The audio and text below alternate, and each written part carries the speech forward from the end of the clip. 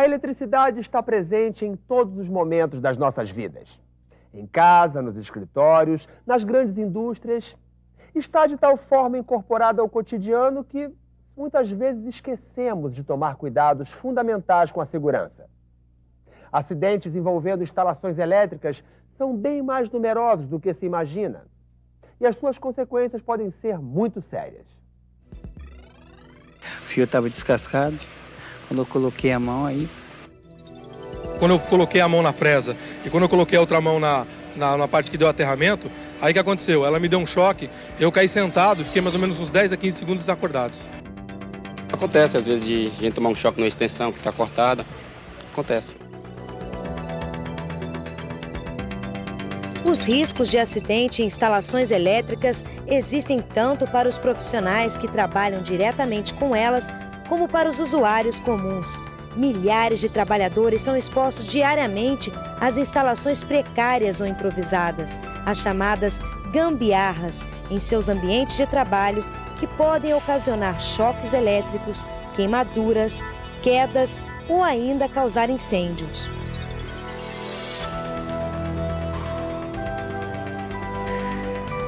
O risco de exposição também varia dependendo da atividade. Ele é menor em setores como comércio ou escritórios, aumenta nas indústrias em geral e é alto nas concessionárias de energia elétrica. Mas, sobretudo, se torna um perigo grave e iminente nas atividades que não adotam todas as medidas de proteção requeridas ou que apresentam falhas ou negligência nas condições de segurança das instalações elétricas. É importante lembrar, por exemplo, que no ano de 99, as empresas responsáveis pela geração, transmissão e distribuição de energia elétrica no Brasil registraram nas suas atividades 71 acidentes com vítimas fatais, em um setor onde só se envolvem trabalhadores especializados. Então, essa questão da capacitação ela é muito mais grave nas outras atividades, onde essa noção do risco é muito menor.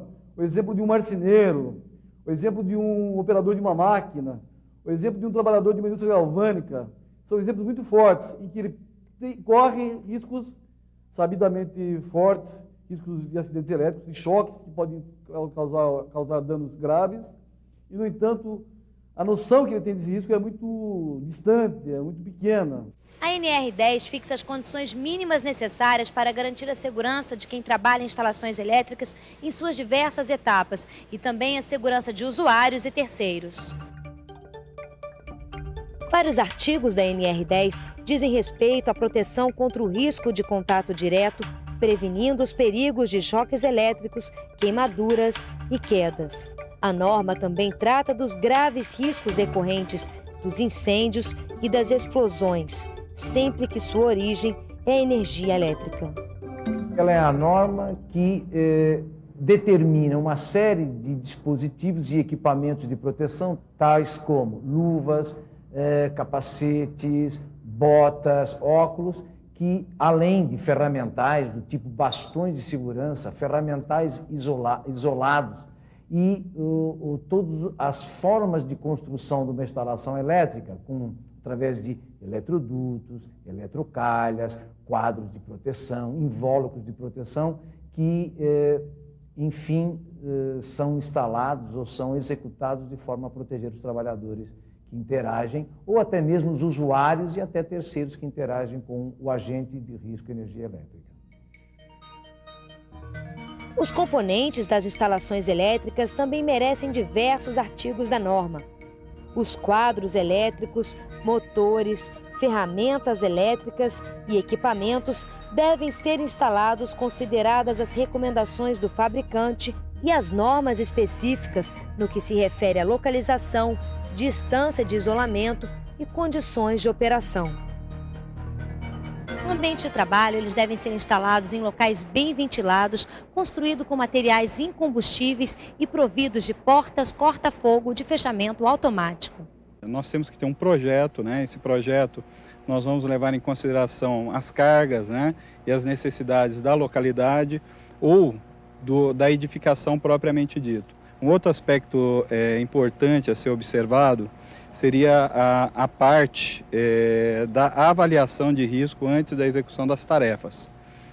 Especificamente, tarefas feitas em espaços confinados, onde nós temos a formação de gases, né? A utilização de bloqueios, né? Os bloqueios de proteção dos equipamentos antes do início da manutenção, e a checagem, né, dos aspectos dielétricos do equipamento antes do início da manutenção.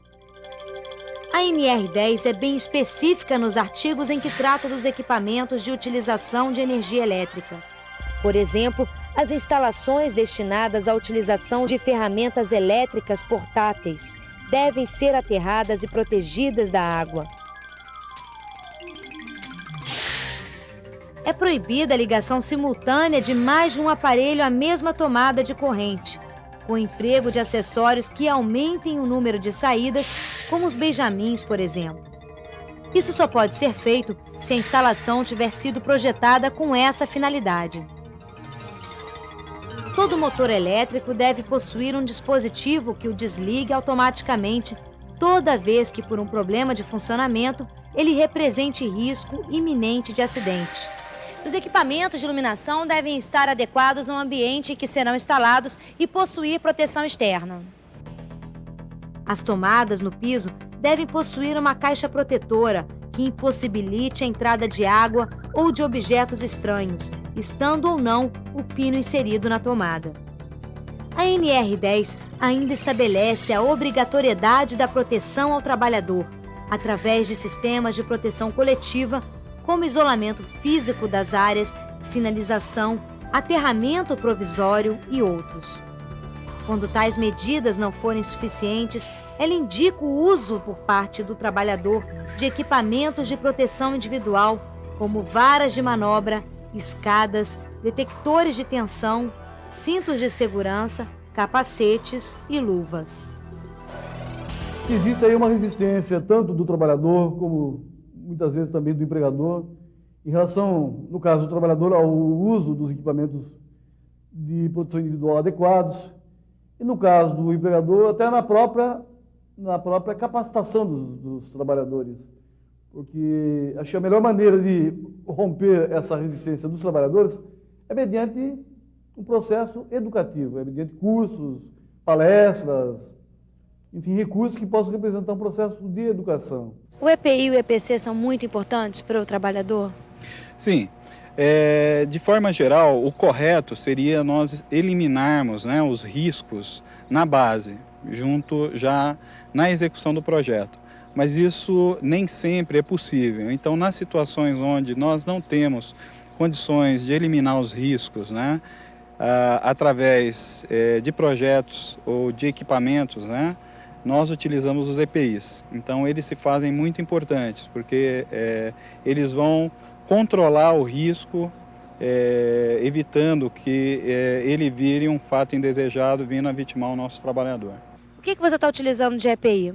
Olha, nesse momento, EPI, eu tenho esta roupa, que é uma roupa especial, luvas, óculos, capacete, botas, e agora, padrão da empresa, é essas faixas refletivas, que é para trabalho na área externa de rua e trabalho noturno.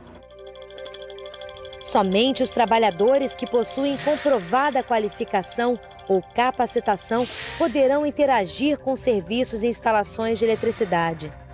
Nenhum trabalhador poderá ser autorizado a realizar intervenções em instalações elétricas se não possuir qualificação ou capacitação.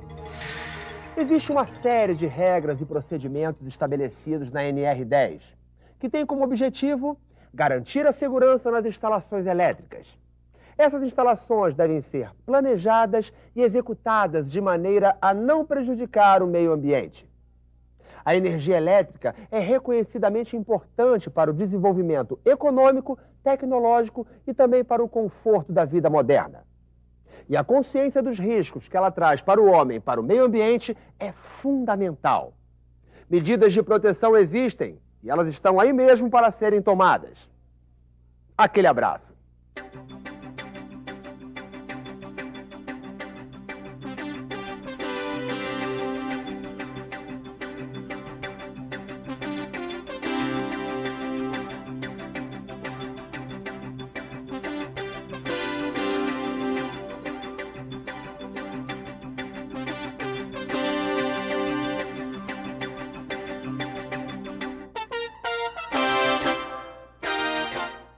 Fundacem, trabalhando pela segurança e saúde de quem trabalha.